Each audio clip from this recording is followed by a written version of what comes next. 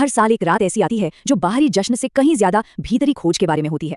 आज हम बात करेंगे महाशिवरात्रि की, वो रात जो भगवान शिव को समर्पित है और जो हम सबको अपने अंदर झांकने का एक मौका देती है। महाशिवरात्रि नाम से तो मतलब बिल्कुल साफ है, शिव की महान रात्रि। पर पता है, इसका असली मतलब सिर्फ रात के अंधेरे पर जीत पाना नहीं है। असली मतलब है हमारे मन के अंदर जो अज्ञान और भ्रम का अंधकार है उस पर विजय पाना। ये एक तरह से आध्यात्मिक जागृति का उत्सव है। ये बात इस त्योहार के सार को कितनी खूबसूरती से समझाती है। सोचिए, ये रात एक पॉज बटन की तरह है। जिंदगी की भाग दौड़ में पुराने के खत्म होने और नए के शुरू होने के ठीक बीच का एक पल। ये हमें मौका देती है ये सोचने का कि हमें अपनी किन चीजों का विनाश करना है ताकि कुछ बेहतर पनप सके। तो सवाल ये है कि इस एक रात में इतनी गहराई क्यों है? इसका जवाब हमें उन कहानियों में मिलता है जो सदियों से सुनाई जा रही हैं। चलिए इस क्यों को थोड़ा और समझते हैं। इस त्योहार के महत्व को समझने के लिए असल में 3 मुख्य कथाएं हैं। एक कहानी है दिव्य मिलन की, दूसरी है ब्रह्मांड के नृत्य की और तीसरी दुनिया को बचाने के लिए किए गए एक महान त्याग की। तो पहली कहानी है शिव और पार्वती के विवाह की, और ये सिर्फ 2 देवताओं का मिलन नहीं है। इसे ऐसे समझिए कि ये ब्रह्मांड की 2 सबसे बड़ी शक्तियों, चेतना और ऊर्जा के एक होने का प्रतीक है। ये हमें याद दिलाता है कि आध्यात्मिक पूर्णता हमेशा संतुलन में ही मिलती है। दूसरी मान्यता यह है कि इसी रात भगवान शिव अपना वो प्रसिद्ध ब्रह्मांडीय नृत्य तांडव करते हैं। ये कोई साधारण नृत्य नहीं है, बल्कि ये सृष्टि की लय है। इसी में जीवन का बनना, चलना और मिटना सब कुछ समाया हुआ है। एक बहुत ही शक्तिशाली रिमाइंडर कि बदलाव ही जीवन का सत्य है। और तीसरी कहानी है नीलकंठ की। जब समुद्र मंथन से निकले विष से पूरी सृष्टि भस्म होने वाली थी, तब शिव ने उस जहर को पीकर अपने कंठ में ही रोक लिया। उनका ये त्याग और उनकी ये करुणा इस रात को और भी ज्यादा महान बना देती है।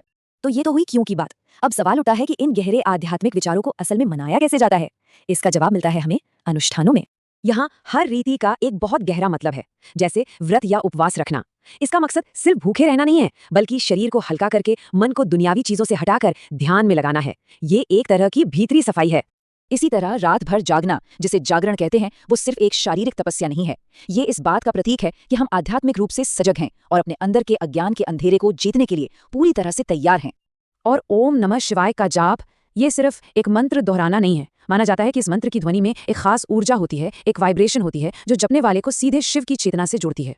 पूजा का सबसे खास हिस्सा होता है शिवलिंग का अभिषेक। इसमें जल, दूध, शहद, दही, घी जैसी चीजों से स्नान कराया जाता है। हर चीज का अपना एक सिंबॉलिक मतलब है। जैसे दूध पवित्रता का, शहद जीवन में मिठास का, और अंत में बिल्व पत्र चढ़ाए जाते हैं जो शिव को सबसे ज्यादा प्रिय माने जाते हैं।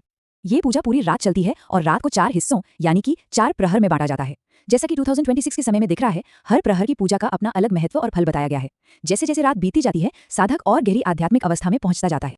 लेकिन ये उत्सव सिर्फ भारत तक ही सीमित नहीं है। इसकी गूंज दुनिया के कोने कोने में सुनाई देती है। चलिए देखते हैं कि ये रात दुनिया में कहां कहां और कैसे मनाई जाती है। भारत में इसका सबसे बड़ा केंद्र है वाराणसी। बस कल्पना करके देखिए, गंगा के किनारे काशी विश्वनाथ मंदिर में लाखों भक्त एक साथ मध्य रात्रि की पूजा कर रहे हों। वहां की आध्यात्मिक ऊर्जा का अनुभव ही कुछ और होता है। पड़ोसी देश नेपाल में तो ये एक राष्ट्रीय पर्व है। काठमांडू के पशुपतिनाथ मंदिर में दुनिया भर से आए साधुओं और भक्तों का जमावड़ा लगता है, जो इस जगह को एक अलग ही रंग दे देता है। और ये देखिए कितना अद्भुत है, मॉरिशस में एक शांत ज्वालामुखी झील, गंगा तालाब, इस रात के लिए एक विशाल तीर्थ स्थल बन जाती है। ये दिखाता है कि आस्था कैसे किसी भी जगह को पवित्र बना सकती है। और बात यहीं खत्म नहीं होती। कैरिबियन द्वीपों से लेकर अमेरिका और ब्रिटेन तक जहां भी भारतीय समुदाय है, वो मंदिरों में इकट्ठा होकर जागरण और पूजा पाठ के साथ इस परंपरा को जिंदा रखे हुए है। तो इन सब कहानियों, रिवाजों और दुनिया भर के नज़ारों को देखने के बाद आखिरी सवाल ये है कि आज की इस तेज रफ्तार जिंदगी में इस एक रात का क्या मतलब है? ये आज क्यों मायने रखती है? तो सार ये है कि महाशिवरात्रि एक बाहरी त्योहार से कहीं ज्यादा एक भीतरी अवसर है।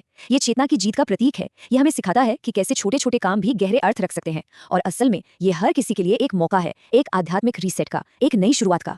तो जाते जाते बस एक सवाल, आज की दुनिया में जहां हमारा ध्यान 100 जगह बटा हुआ है, एक ऐसी रात की क्या कीमत हो सकती है जो सिर्फ और सिर्फ रुकने, सोचने और अपने ही अंदर के अंधेरे को जीतने के लिए बनी हो? सोचने वाली बात है ना।